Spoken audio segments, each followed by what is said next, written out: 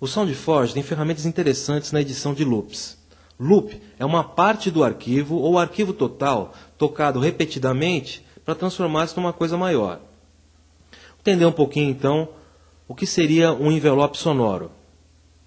O envelope sonoro, essa região aqui determinada, é dividida em 4 pedaços. O ataque, que seria a entrada, o decay, que seria a permanência, o sustain, que seria a sustentação da nota, e o release, que seria o tempo total dessa nota.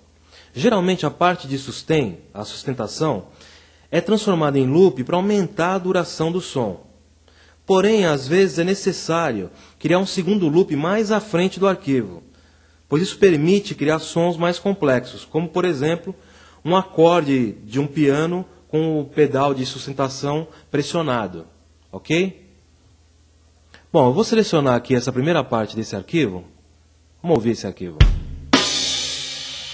Vou selecionar aqui esse primeiro bumbo e vou aqui em Special, Insert Loop, Sample Loop, ou L no teclado. Insert Sample Loop.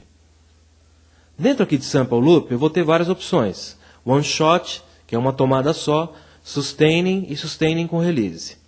Bom, eu quero primeiro um Sustaining e em Loop Count, que é quantas vezes isso vai se repetir. Vou deixar esse valor de 5, que já estava aqui. Ok. Na hora que eu faço isso, o que acontece? Apareceu um segundo play aqui. É para justamente tocar as regiões, tocar usando o sistema de funcionamento de loops do SoundForge. Quer dizer, eu coloquei 5 vezes. O que vai acontecer? Ele vai tocar 5 vezes essa primeira região, depois ele vai tocar o resto do arquivo. Vamos ver.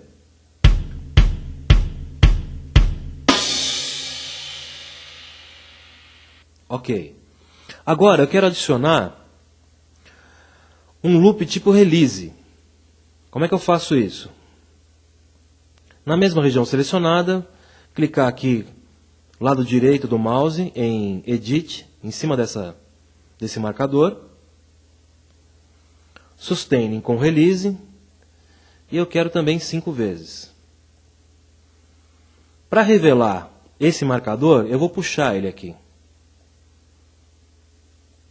O que aconteceu agora? Eu tenho aqui 2 loops dentro desse pedaço de arquivo. Eu tenho 5 repetições do tipo release, 5 repetições do tipo sustain, depois ele vai tocar. Vamos ver.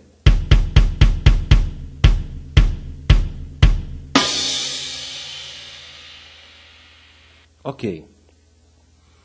Outra ferramenta interessante, quando você já tem pontos determinados de sustain ou release, é o Loop Turner. O Loop Turner, que pode ser aberto aqui em View, Loop Turner. Loop Turner, o que ele vai fazer? Ele vai definir exatamente os pontos de início desse loop, início e final. E isso você pode definir graficamente. De repente você está usando um loop e em cada repetição vem um clique, um pleque, um som desagradável. Por que está acontecendo isso? Porque na hora que o loop começa, ou ele termina, ele deve estar com alguma faixa de onda acima do ponto zero, que é esse ponto central. Para você fazer um loop perfeito, sem esses arquivos, esses ruídos no final, você tem que posicionar ou fazer loops que se iniciem nesse ponto. Você pode conseguir isso fazer com um fade out e um fade in.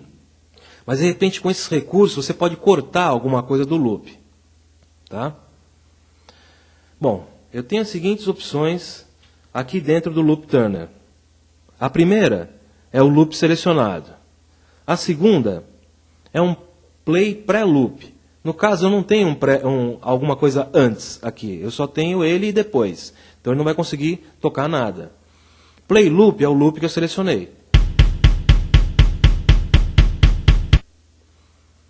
Play post loop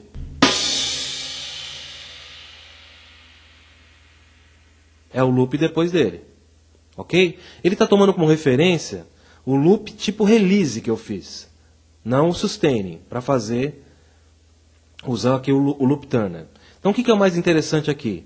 O mais interessante é você conseguir, através desses comandos aqui embaixo, posicionar no loop Turner a posição onde esse início e o final do loop vão ficar numa posição confortável e não vão criar nenhum pleque, nenhum ruído ou qualquer barulho. Como é que eu faço isso? Quero aproximar essa parte um pouco para cá. Então eu vou aqui e vou deixar mais preciso ainda esse loop.